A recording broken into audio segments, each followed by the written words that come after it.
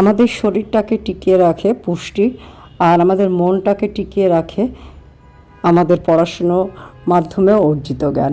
তো hello viewers, আসসালামু আলাইকুম। আমি নীলা আপনাদের সবাইকে ওয়েলকাম করছি নতুন আরেকটা ব্লগ ভিডিওতে। আজকের ব্লগ ভিডিওটাও একই রকম, প্রতিদিনের মতো কিছু কথা, কিছু গল্প আপনাদের সাথে শেয়ার করব। কথাগুলো যদি ভালো লাগে শেষ পর্যন্ত শুনবেন। তো আজকে কিছু গঠনমূলক কথা বলবো, আশা করি গঠনমূলক কথাগুলো আপনাদের খুবই ভালো লাগবে। তো বেশিরভাগ ক্ষেত্রেই পড়ালেখা আমাদের কোনো কাজে আসে না, তারপরও আমরা কেন পড়ালেখা করি, এই প্রশ্নের খুব সুন্দর একটা জবাব শুনিয়েছিলেন একজন বিশ্ববিদ্যালয়ের অধ্যাপক। গণিত বইয়ের অনুশীলনী থেকে সমাধান করা অঙ্ক আমাদের বাস্তব জীবনের সমস্যা সমাধানে খুব বেশি কাজে লাগে না, কিন্তু যে প্রক্রিয়ার মাধ্যমে আমরা সমস্যার সমাধান করি সেটা আমাদের কল্পনার শক্তিকে শানিত করে, আমাদের চিন্তাকে নিয়মবদ্ধ করে। তাই পরীক্ষার খাতায় উত্তর মেলানোর চেয়ে একটা সমস্যা নিয়ে চিন্তা করা অনেক বেশি দরকারি। লেখাপড়া হলো খাদ্য গ্রহণের মতো। একজন সাধারণ মানুষ দিনে 1 থেকে 1.5 কেজি খাবার খায়, বছরে যা প্রায় আধা টনের কাছাকাছি, এবং এর অধিকাংশই বর্জ্য হিসাবে শরীর থেকে বের হয়ে গেলেও নির্যাসটুকু শরীরে পুষ্টি যোগায়। একইভাবে জীবনে পড়ালেখাও অসংখ্য বই, টপিক, সাবজেক্ট থেকে ছেঁকে নেওয়া নির্যাসটুকুই হচ্ছে জ্ঞান। শরীরকে টিকিয়ে রাখে পুষ্টি, আর মনকে বাঁচিয়ে রাখে পড়াশোনার মাধ্যমে অর্জিত জ্ঞান। তাই সময় পেলে হাতে একটা বই তুলে নেন, বই পড়ুন, এবং সুন্দর সুন্দর জায়গায় সময় সুযোগ পেলে ঘুরতে যান, আর সময় সুযোগ পেলে সুন্দর একটা শাড়ি পরুন। আর এরকম সুন্দর শাড়ি কোথায় পাবেন জানেন তো? সুন্দর শাড়িগুলো পেয়ে যাবেন অদ্রি ফ্যাশন অ্যান্ড লাইফস্টাইলের পেজে।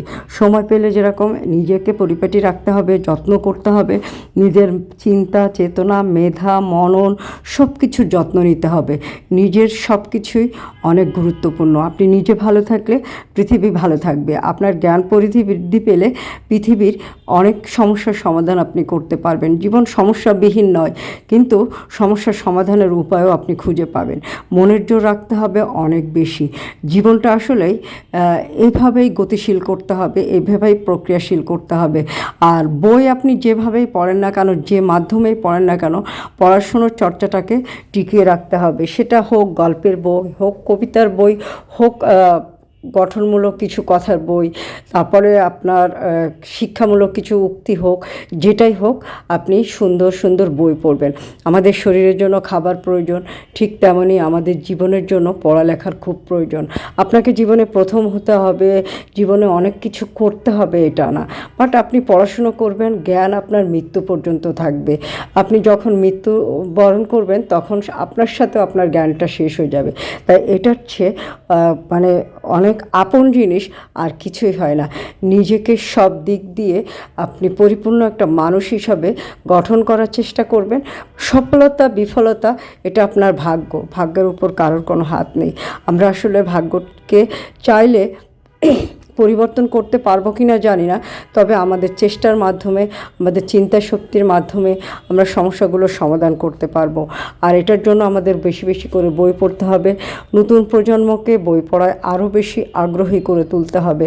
আর আপনি আপনার সন্তানের দায়িত্ব নিয়ে কিন্তু সেই চেষ্টাটা করতে পারেন। ডিজিটাল যুগে বই কিন্তু আপনার মুঠোফোনের ভিতরেই। আপনি চাইলে গুগলে সার্চ দিয়ে যে কোনো ধরনের বই বের করতে পারেন, উক্তি বের করতে পারেন, গল্পের বই পড়তে পারেন, কবিতা পড়তে পারেন।